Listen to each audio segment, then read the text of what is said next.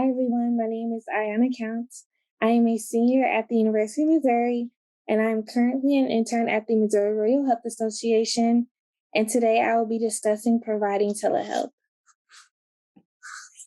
The objectives of telehealth are to improve patient convenience, improve specialty efficiency, and to provide 24/7 access to specialists.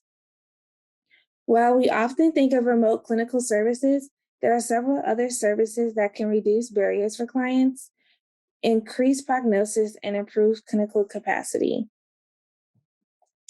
So the forms of telehealth that we will be discussing are synchronous, asynchronous, and provider-to-provider visits. First, we have synchronous telehealth.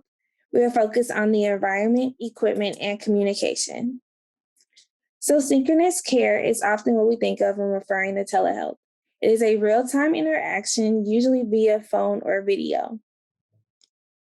For the environment, you want to ensure privacy and have an appropriate exam room location. For equipment, you want to have a computer, but a tablet can be used, and also have access to a web camera, microphone, or a headphone set. For communication, you want to turn off all unnecessary notifications, review the patient's care before the call, clarify steps with the patient, speak clearly, and use empathetic language. The benefits of synchronous telehealth, it reduces patient no-shows, it increases patient retention, and also allows for new business opportunities.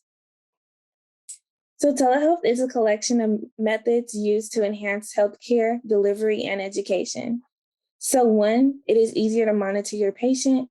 2, monitoring programs can also help keep people healthy. This allows for older or disabled patients to live at home, so there's no need for nursing facilities.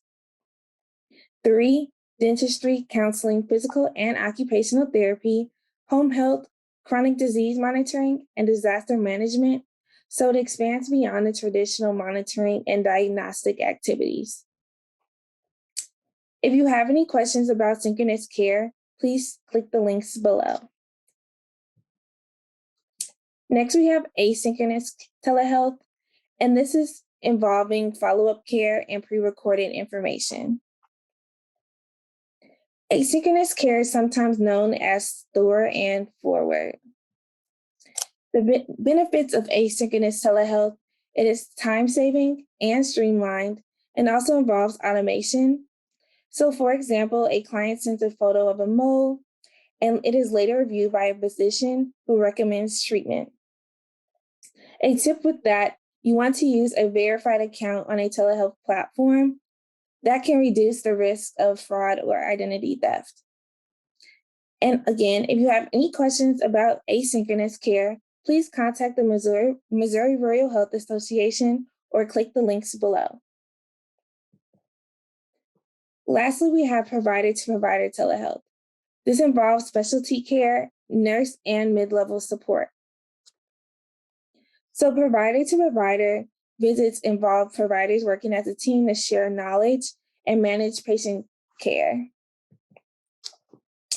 The benefits of provider-to-provider telehealth, it allows for a second opinion option, improved diagnostic time, and also allows for one-on-one training opportunities.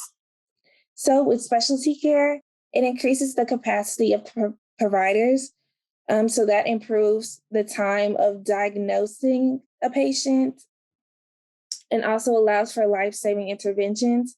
So the provider-to-provider visits allow rural hospitals the opportunity to improve their healthcare access.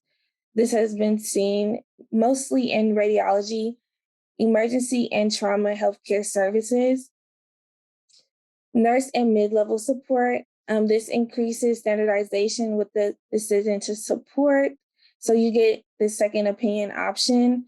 And provider-to-provider also allows the patient to save money. For example, with a life-saving intervention, the provider would be able to share information with another provider or refer the patient to the provider, which allows the patient to save money and not have to find expensive treatment on their own.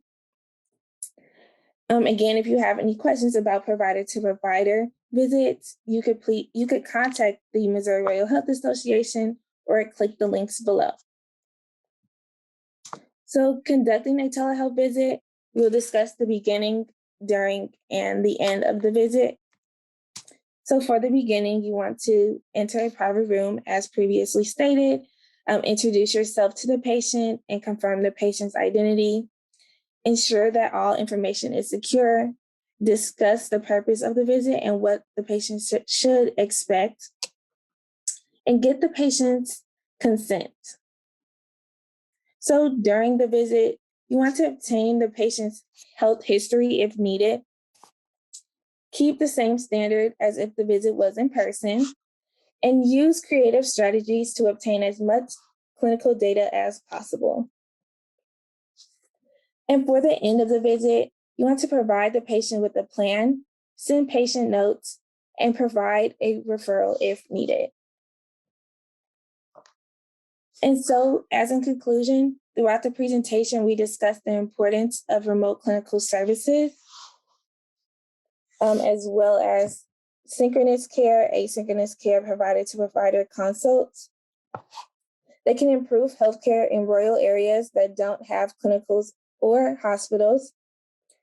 It is important to address the billing portion of telehealth as well, and Tyler will further explain insurance and billing codes in the following presentation. Thank you.